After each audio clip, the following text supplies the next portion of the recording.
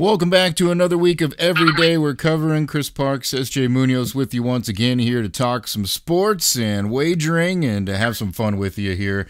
S.J., we're gearing up here for the Independence Day holiday, and we finally hit that sports calendar lull after, of course, last time we recorded with some finals going on. Now it's all about, who's getting traded where in a couple of different sports, and we'll have some, I guess, time to talk about some other topics for a while. Yeah, we might have to maybe tweak the name. Like every day we're covering when there's something to cover. I have to make a little ad lib there, but yeah, we're still watching and following. It's just like you said, there's unless obviously you're big baseball guys, and that's not us. Like I don't hate it, but it's not something it's not my go-to sport, so I'm not going to really mess with it. Fun bet here or there, but yeah, maybe we'll get into something here, get a little bored and got to scratch that itch here in a week or so. I might be singing a different tune next time we talk. Yeah, that's true. Yeah, neither one of us have ever been kind of hardcore baseball fans for sure, but we'll pay a little bit of attention to it. And obviously once you get closer to the end of that season, into the postseason run, that's a little bit more, exciting to follow, but we'll touch on some things here and there, and of course, as big stories come up, we'll plug those in here to the program. But as we get rolling here and get started, we always like to talk about what we are sipping on. And SJ, what do you got pouring over there this week? Well, kind of went back to one of not necessarily the same drink, but my friends out at Golden Road, the Pacific Blonde. So it's like a blonde ale, I guess, basically what you'd call it. So that's what I was rolling with this week. Just something easy, light, especially with that hot weather we've been having lately. It's going down pretty smooth tonight. Nice. That sounds delicious. I had a chance here over the weekend to stop by one of the places that has a wide variety that I like to try to stop at when I'm over in the Omaha Council Bluffs area, and I found a couple of different beers actually that I was looking for, so I was pretty excited about that. I'll probably do one of them next time, but I tracked this one down, and I haven't seen it for a while. It's just maybe hasn't been distributed here in the area, or I don't know what the true story is, but this might be one of my favorite beers of all time that I've stumbled across over the years. It's a little bit different, so people may not agree with me, but it's the one from Goose Island, and they make one called Summertime. So typically it's a seasonal that they just release during the summer, but it's they call it the Livin' Easy German Kolsch beer, German style Kolsch. And I'm a big fan of the Kolsch varieties, and this is one that's got a unique kind of character to it. It's a little bit of sweet and fruity almost in there, but it's just nice and crisp and light too. I don't know. I love the way this one balances, and I was excited to see it back on the shelves. So that's what I'm drinking on here this time around. Yeah, you can't really go wrong with the Kolsch. I'm with you on that one, especially with kind of having some little bit warmer days. You want to call them. I know kind of just up and down. At least it seems like in my parts, it's like hot, rain, freaking humid, cold, like every damn day. Yeah, I agree. It has been weird. Yeah, over the weekend there were a couple of evenings where it was almost like, damn, I got to go get the sweatshirt maybe because it's actually gotten a little bit chilly. So it's kind of been weird. But and those are the days that kind of stick in my craw because I'm like, I mean, hot or cold, either way, I could, I can adjust either. But it's like that damn up and down, or just like how you like dress for, kind of. It was years ago. It was just raining all morning, so I got a hoodie on. I get outside about 2 or 3 in the afternoon, friggin' 80 and like 70% humidity. I'm just sweating my ass off. So it's kind of like sucks. You just gotta, get that trunk prepared with a change of clothes. I guess I should just do better at that. I don't know. I think I learned by now. I just never have. Yeah. You gotta be prepared for multiple seasons in one day. That's how it works here in the Midwest. So yeah, kind of weird, but I'm sure we'll get back to some more of the heat wave here very shortly. But we're trucking along, and we'll power through that and whatever comes at us, I guess. Yeah, so I was excited I found that one. I've got a couple others, too, that I pulled, and like I said, I'll talk about one of them, I think, next time. The other one I did pop out of the cooler there, too, was the old cross-strain tan limes. I'm always a fan of that one. I will say, though, I think it's gotten a little bit more limey, if that makes any sense. They've added a little bit more kick to it. They had more limes. They have like those hops they recently added. Yeah. Yeah. I heard they decided to add more limes to it. I don't know. It's almost borderline too much, but it's still a good beer. Still a good beer. So yeah, that's what we're pouring down here this week. Again, if you have something that you stumble upon you really like, let us know. We'll be sure to try to track it down ourselves and give it a whirl, give it a try. As we were recording last time, of course, we were finishing up on a couple of major sports seasons. We had Game 7 going on of the Stanley Cup Finals, and then we also had the finals of the College World Series going on as well. And those, of course, did finish their seasons that night.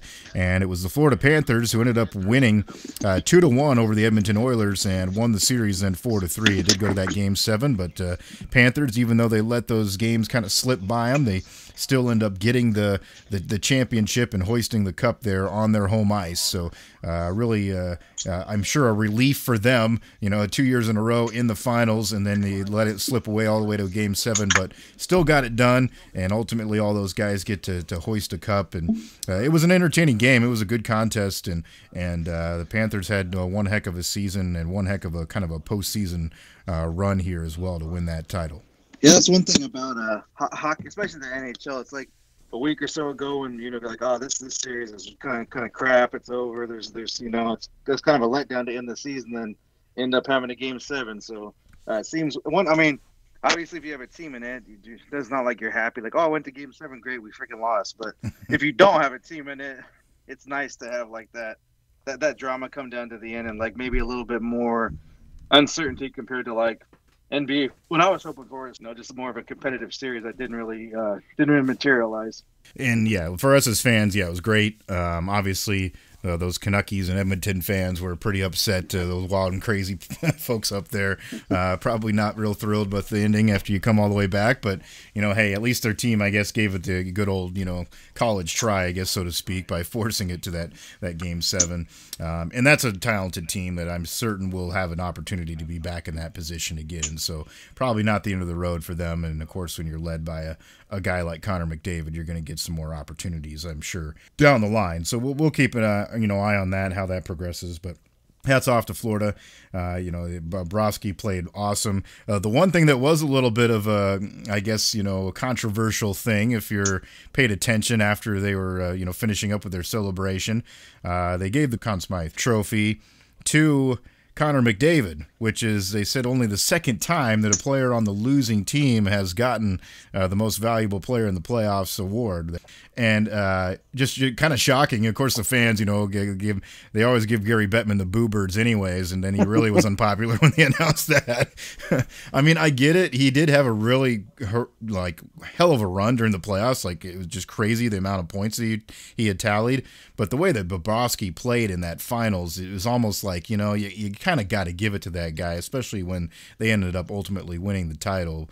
So that was a little bit controversial, but just unique because you don't see that happen. Yeah, I didn't watch it with a close enough eye to kind of give a whether if I think he should have got it or not. But at the same time, if it was warranted, I'll say that if by that, I think it is kind of a welcome change, at least for a lot of times it's the player on the best team, and to me that's not the spirit of the award. It's supposed to be the best regardless of if your team's winning, losing, whatever. It's just the best player. So it's nice when sometimes that happens. I'm not saying this is the case, but if it was, I kind of welcome that a little bit more giving it out more in the spirit of the award instead of just saying, oh, your team won, you're the best player, the biggest name, here's that extra trophy for your bag there.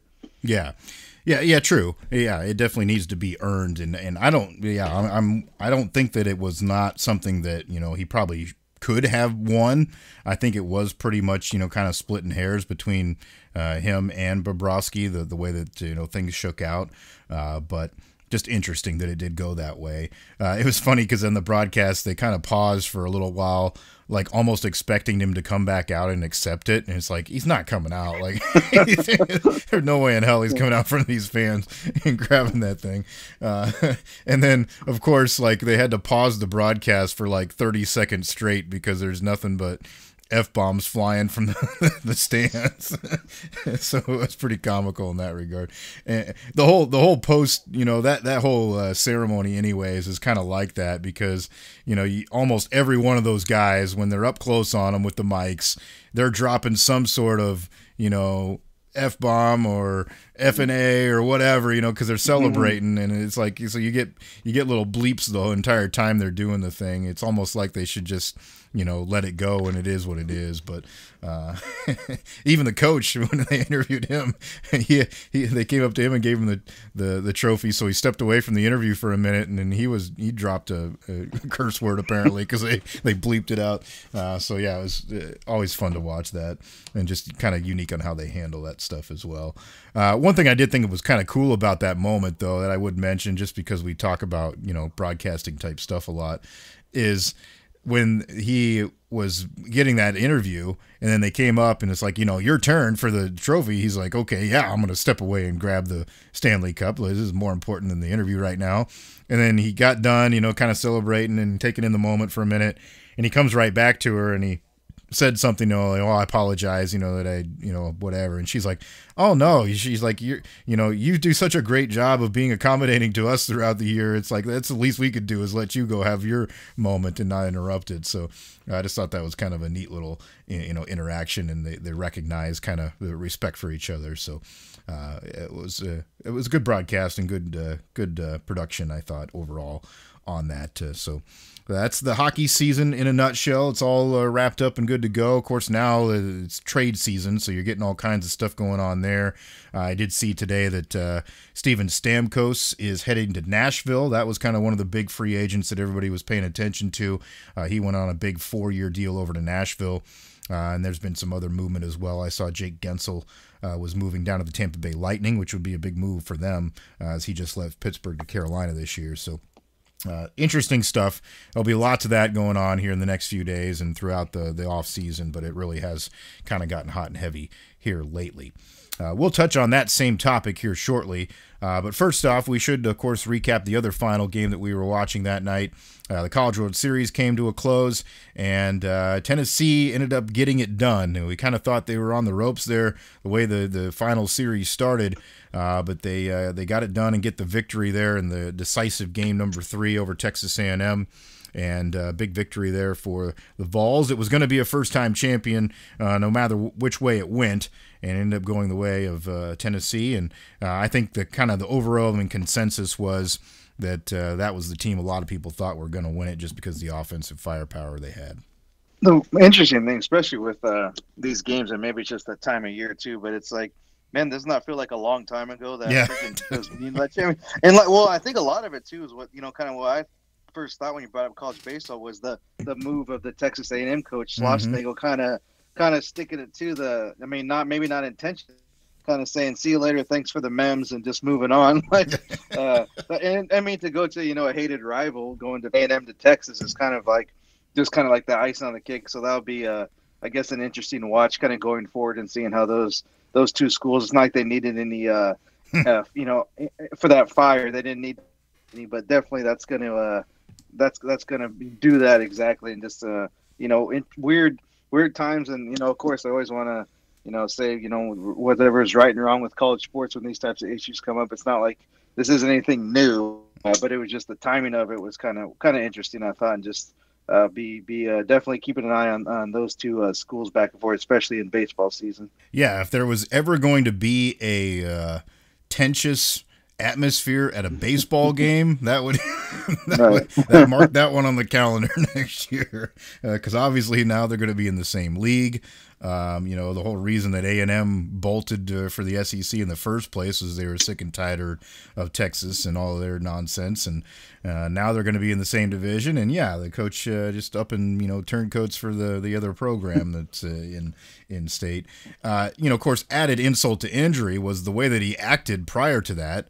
Because they brought it up in the, obviously reporters have to do what they have to do. They're hearing rumors. They brought it up, and he was like, oh, I moved here for this job. I would never leave. That's not my intention. I'm going to stay here forever, blah, blah, blah, blah, blah. And then, yeah, the second he gets a chance, he's gone. Well, and that's kind of, one of the things that really stuck with me too is how, and it's really easy for, of course, coaches, what we're talking about sports, but just in general, when someone's kind of got the bullets firing at him, to kind of just blame the media has always been the easy way out for how many years now. And of course, this was another case of that, just saying like, I'm gonna, celebrate with my team when you're asking this, BS question. I can't remember the term he used, but he said something like selfish or something, didn't Yeah. he? Or and he something, but then the next, like less than 24 hours later, he leaves, and of course, there's no apology or no, walking it back.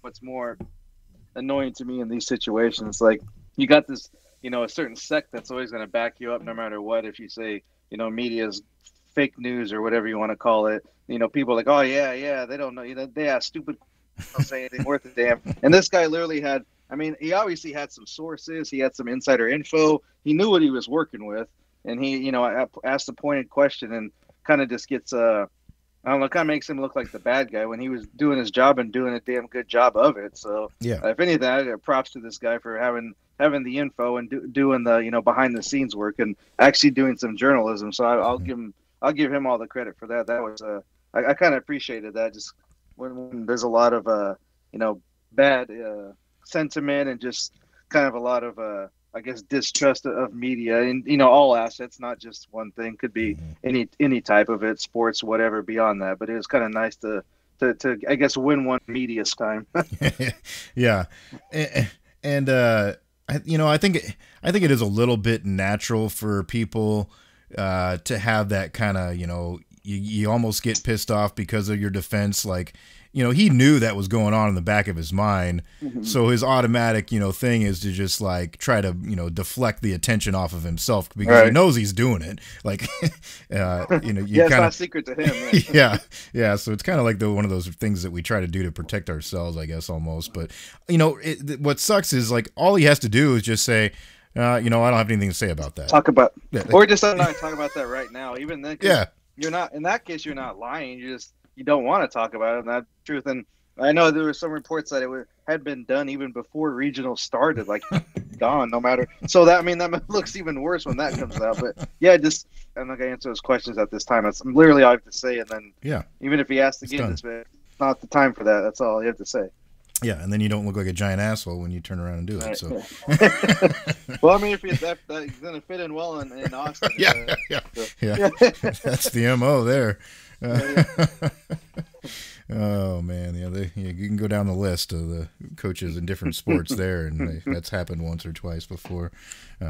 Chris Beard. So yeah, interesting wrap up to that whole deal. And of course, it was a good run there, a really good tournament in Omaha, and they had a pretty good College World Series for this season.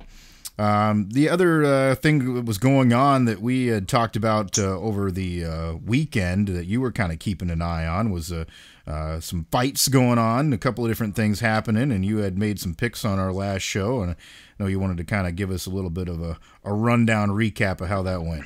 Yeah, didn't do too bad overall. Just kind of go down the list in order of fight, I suppose. When one of the women's fights, Jillian Robertson, I had her by submission. She was close on a couple of occasions, but didn't quite get over that hump. So that was a little disappointing. We had the correct winner, just not the exact outcome, exact winning method. So that was kind of a bummer. And Ian Gary versus Michael Venom Page, I actually got that one correct. Went for the decision on that. So that was a winner there. This one was kind of like, I was a little surprised about this one. Anthony Smith against Roman Dolidze. The trick with this was it was like a late notice, kind of taking the fight, just replacement fighters, both of them. And Dolidze, in fact, I think maybe he had like 2 weeks tops notice, if that. Smith wasn't much better. Maybe. But so I kind of went the under route thinking that either someone was going to gas real bad or just, both of them were going to kind of go for broke, knowing that they didn't have a full training camp and we weren't in the best shape, which that was definitely the case if you watch the fight.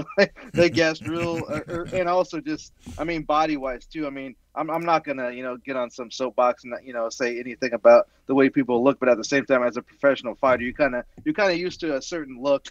You may see a little bit of muscle definition, a little less of a dad bod, and that wasn't the case this time. So maybe that was, so that was kind of my thing. And they ended up going the distance. It was kind of an ugly fight, so I missed out on that one. This was kind of the one that threw a wrench into everything, kind of really put me in a little sour mood. And it's no fault of any fighter, but this was a replacement fight as well. It was supposed to be Diego Lopez against Brian Ortega. And so that was really kind of one guy Ortega's been in, kind of been in the top 10-ish for couple years now, and then Lopez is like kind of that hot new thing in town, kind of trying to make a name for himself. So that was really looking forward to that matchup. Actually, Ortega got sick. Like, well, here's the whole story. I guess I'll try to run it down quick. It was supposed to be 145 is where I typically fight. With the late notice, Ortega said he couldn't make that, so they ended up doing 155, and they couldn't make that either, so they bump it up to like a catch weight. And then Ortega gets sick after the weigh-ins, so they don't end up fighting at all. And Dan Ige is who stepped in, and I guess the story goes he was like getting like some treatment, and they called him because he lives in Vegas, and that's where the fights were, and said, "Bro, like, can you come fight today?" And he literally like went from his freaking it was a sports massage or whatever they said he was doing, like they're in Vegas, and he went to the arena and got weighed in, and he got his freaking pass. He, I guess his was about to fight in 3 weeks or a month, so I guess he's kind of like in training camp mode. So the weight wasn't a big of a problem. Weight 165 is what they decided on. They were both under that, but I guess kind of state commission is like if you fought within a year, like your blood testing and all that stuff's valid. So he was okay to go on that. So he steps in basically like on less than a day's notice. Ended up being a pretty good fight, and Lopez won by decision. But being as the play was on Ortega and Lopez, that was just a voided bet. So yeah. I watched it. You don't watch it with the same kind of eye when you kind of have this like, oh yeah, I'm ready for like I really don't care who wins. I mean, in the big scheme of things. So that was kind of a little bit of a wrench, but still, I mean, a decent fight. Maybe they'll meet up later. The main event, big time. We hit it big time. Had Alex won by KO, and he did so about 13 seconds, the exact time into the second round. Just dominant, big time performance. Honestly, we usually do our little emojis with I almost went beer, like I almost went a little heavier. So I was kind of mad at myself for not staking a little more cheese on this one, but at least we hit it and got it right. So I guess that's what matters. Boxing. Not. I guess I'm more of a 50-50 affair there. But Teofimo Lopez are expected to kind of have a hell of a highlight reel knockout. Just eked out a decision, didn't look that good. He's almost like that type of fighter where if it's not like a huge fight, he's just kind of like so, which is weird. And then if it's like a big name or like it's almost like he's one of those guys you want like when the lights are the brightest, he's at his best. But if he's not, it's kind of you don't know what you're gonna get. That was a bit of a letdown. I did sneak in one. I didn't get on the time because it was a late play there. But over on another boxing card on that DAZN, another streaming service, we got Bam Rodriguez ended up winning by knockout, and I got that one as well. So not too bad. Pretty decent fight night. And looking forward to the next one here in a couple weeks. We got some more good ones on the card there. And Omaha Zone, Terrence Crawford, there will be fighting in about a month's time, the 3rd of August. So be looking forward to that one as well. All right, yeah, some good stuff there and good stuff coming up. That's pretty wild how some of that stuff works out. The guy could get almost like day of. Yeah. I mean, it was interesting to me, and one at the same time I was like, I don't even know if this is like a good move for someone that's a trained fighter. You know what I mean? Like It seems almost kind of like it's asking a bit much, and I don't know if it's even so much as like the integrity of the sport. I was a little bit more kind of thinking that way, and that's maybe it's over the top or whatever, but I was just like, I don't know if this is a good idea because, I mean, not saying he can't protect himself and defend himself, but stepping in on that short of notice when you're not, I don't know, mentally totally there because, there's always a buildup even when you're, been fighting for however many years. There's always, kind of a process you go through just mentally, physically, everything. So to me, it was like, this is he ended up turning out well for him, and I'm glad because, he got paid, I'm sure, and fought pretty well, actually, more so than that. Just he didn't really get embarrassed or hurt or anything, so that was the good news. But to me, I was a little bit more on the concerned side, or just like I didn't really like it that much. But I understand why they did it because that card had been ripped to shambles. I mean, probably 5 to 6 fighters that were on it at one point or weren't on it, like weren't even planned to be on it when they put it together. So I get that business side of it, but I guess it turned out okay, so we can look back and kind of chuckle about it. But in the moment, I was like, I don't know about this, bro. Yeah. Obviously the guys are on the same plane as far as they're not prepared for the opponent, that part of it. But yeah, one guy's been training and ready to fight that night, and the other guy obviously is not. So that's very, very interesting. And I wonder, you got to wonder too what goes behind, that decision process too from the business side of it, as well. Like, how did they come to the decision like, oh, well, we know this guy, let's just call him and this is the route we're going to try. But, obviously if he says no, they're probably just, okay, well, it's off the card. But yeah, crazy stuff. I mean, guess that's how it works. I mean, you never know what's going to happen to somebody. And, it's different in team sports where one guy's out, he's just out and the team goes on. But not in this case. That can't happen. So interesting.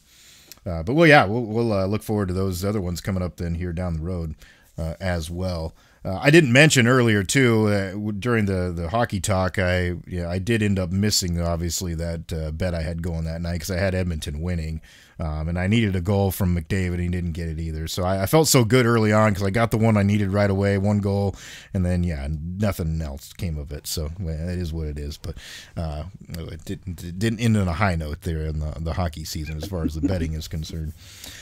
That's kind of what we had, I guess, as far as, finishing up some things on last program. I did see a note here today, and I kind of alluded to this earlier, that we talked some more about guys being moved around. And the NBA is kind of hot and heavy right now in the trade game and of course, signing deals and all that kind of stuff going on. And big one that came out here today, and the obviously this has been, it's been beaten every year over year, month over month by whatever deals next, and it just continues to be the case. But the money is just getting like insane, like just you can't even wrap your mind around it anymore. So Jason Tatum signed a deal to extend with the Celtics. Obviously a guy that they want to keep around for many reasons. But 5 years, $314 million. If you're doing the math there, $62.8 million average per year for Mr. Tatum. 63 was just too much. That was just a little bit too high. They had to keep it under that 63 mil mark. Unbelievable. Like, what do you even do with that amount of money? I don't know. I mean, I wouldn't mind finding out. I'd try, it's kind of a question, It's kind of like, what was that, Brewster's Millions, where he just had to spend all the money. Like, I don't know, you get to that point where that's almost, I mean, I get it, the market's what it is, and you don't turn it down, but it's still kind of, it is hard to wrap your mind around like that, just those kind of numbers. And if they're actually getting paid that much, can you imagine how much more is out there that they're kind of hanging on to and not passing along? Because the owners of any sport, professional sport, have been known to be, I wouldn't say generous. Their pockets are not getting lighter. They're not giving it away because they're just being nice. Well, in the same day, like I think the deal may have happened the day before, but they also signed to keep Derek White around, and they gave him $120 million. So it's like, holy cow. what's the team cap gonna be at here? Holy buckets. I just don't know how I mean, obviously you're selling stuff, you're selling tickets, you're selling merchandise, and that's how you do that. And of course the TV deal on top of that is a big kicker. But just, I don't know, you just gotta feel like at some point there's gotta be kind of a little bit of a leveling out at some point. I just don't know how they can continue to afford the, dramatic increases that we've seen. It's not like it's just been a little, like it's been big jumps almost year over year on what that max deal pays out. And it's just, it's wild. When you look at some of the leagues too, it's like sometimes the contract's not even up, but they're going to rework it just because they want that guy to be happy and stay where he's at, Mm-hmm. And whatever. I'm not as familiar with baseball, but still, like, the contracts, at least in that league, is like, so. But I mean, if somebody gets 500, the guy that thinks he's as good as him, or because his number one rival or right there below him in the stats has to get 500 million and one, so like that's just kind of how it goes. So it's seems like it's just the numbers are getting kind of crazy. But I mean, I'm always not opposed to the people that are kind of performing on the field getting the money, but it's just to me it's wild to wrap your mind around it. It's just it's hard to fathom that, and just what a life that would be. Yeah. Yeah, no kidding. Yeah. We will never know. pretty crazy stuff. Yeah, so a lot of those things have been happening. There have been a couple of other big deals. The other big note that came out today was that Klay Thompson's run at Golden State is over. He's headed to Dallas on it turned out to be a multi-team sign and trade kind of deal. But he moves on. Obviously, that's a good addition for the Mavs. I'm sure they like another guy that can, stand out there and shoot. Obviously, he's not the, player he was in his ultra prime, but still a guy that can put some points on the board for you. So a piece of the puzzle for them, and changes things, the way the dynamics always been for a long time there in Golden State too. So that certainly is an interesting one that could change some things a little bit. Just looking at the positive side, you think it could be a good fit, just being like he maybe doesn't have to be that guy or the number 2 guy anymore. He can just kind of sit there and play, and like you said, just knock down the open jumpers, and your life will be pretty good because you're going to get some open looks with Luka and Kyrie kind of drawing the defense, and both being fairly decent passers. Kind of putting that lightly there. Yeah, yeah, no doubt. they're pretty good at that stuff. Yeah, so we'll keep our eye on, of course, on that whole trade mill and how that continues to evolve, and the other big things that we see come out of that. There'll be plenty more of that going on here as we move through the weeks, but just some pretty big stuff. Most of the other ones that have happened so far have been guys that are staying, in their current location. I saw that Harden was staying, and there's a couple of others like that as well, that where guys haven't changed teams necessarily. But there'll be, I'm sure, a few more down the road that will have some big, impacts on how the NBA season can shape up the next time around. So that's kind of what we got going on there on that front. One other kind of little quick hitter note that I wanted to throw out there at you that I just thought was interesting, and I heard some guys kind of joking about it the other day. The folks at EA Sports certainly know how to market their products. I know I might be going here. Yeah, they've known how to do this for a long time, and they're just playing they're playing the internet game that we live in, the internet world that we live in now, where we like to make up lists and make up things and then have people argue about it. So they went ahead and released their list of the top 20 toughest places to play in the country. And Texas A&M's Kyle Field ended up being the number 1 on the list, which, of course, immediately a lot of people started to, question and argue with, and many others that were included in this top 20 list. The kicker is, if you are really excited about the game, it is a factor in the game because they have the home field advantage thing that's supposed to make it a little bit tougher on you if you're playing at these certain stadiums. So that's where kind of some more of the argument comes in with the people that actually care about the gameplay. But as far as just the general argument of, where it's tougher to play, of course, that's always going to exist between every fan base. But there certainly were some questions to be arose from the list that they put out. And I think that was maybe on purpose. Yeah, it seems that way. And even just with some of the ratings I've seen as far as the top offenses and top defenses, there's also a few questions on that. So, yeah, I mean, I'm sure a lot of it has to do with maybe some of the access, or maybe who was a little bit kind in getting their information back, and having their athletes come in and do the little the sensor things where kind of get the feel for the gameplay or whatever, more realistic. So maybe that has something to do with it, or maybe like you said, they're just trying to get a little conversation going, because I don't really think they need to, but if anything, I mean, it's almost like I'm looking forward to the game's release, but almost every day you see something like a little bit more information kind of about the game. So they're doing a good job of kind of building that momentum. I don't really need it, just because the long break that was since the last time a game came out. That's all you really needed for people to for the demand to be there. But they're I guess maybe getting somebody that wasn't really interested, but I think that it kind of was already there. But gives us something to talk about, I guess, until football starts, and I'm sure that was part of the plan as well. Yeah, no doubt. Like I said, they know what they're doing there in the marketing department. But yeah, fun fodder for sure. And I did not dive into the comments and message boards to see what kind of arguments were happening. I'm sure that would have been insane. conversations. Oh, All yeah. I know is they better have that damn mascot game on there still. That was a favorite of mine. So you better be able to play with the mascots. Otherwise, I'm gonna ask for a damn refund. What'd be even better is if they had the mascot team where you could like play a team of little kids, like the viral video that was out. You know, Oh yeah, just friggin' trucking the little kids. Yeah, I'm sure that'd be frowned upon by somebody, but I would think so. oh, that's fun. One other little note before we leave you. I saw my wife showed me a TikTok here today about a gentleman who was analyzing Simone Biles.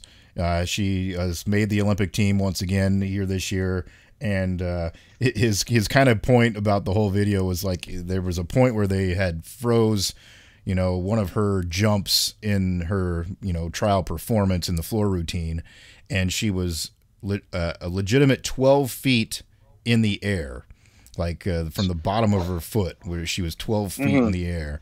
And obviously, you know, the floor is, you know, different, and it does add some Springs bounce and stuff. springs. Yeah, right. Yeah, but you know, she's 4'8". Like, Yeah, it's just ridiculous.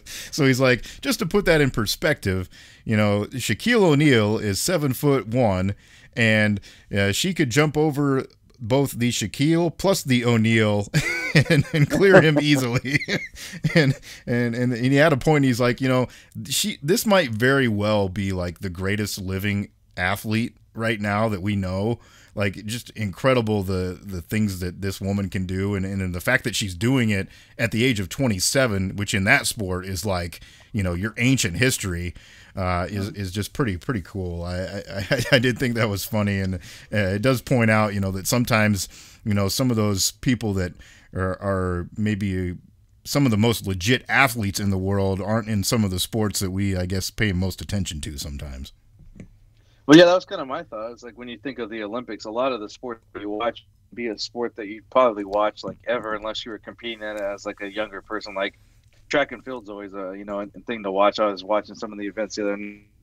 The freaking how these people can move is just like mind blowing. You know, like just I mean they're sprinting like for 400 meters straight or even longer. Sometimes it's just kind of nuts. But yeah, that's I don't get too much into, you know, most of those sports any other time, but you know, catch it in the Olympics, and that's, I guess, maybe that'll help us fill the time. I don't think you got any odds on the vault or the uneven ball, but maybe we could probably find something to cook up there. Maybe make our own little lines and wagers on the side here. Yeah, we'll have to see what the books are doing on that front. I don't know if they get into that or not. I'm sure that's a little bit more hairy because of the whole, you know, international integrity crap. But hey, if you can bet on darts, I mean, come on, anything's possible. Let's go. Like, yeah.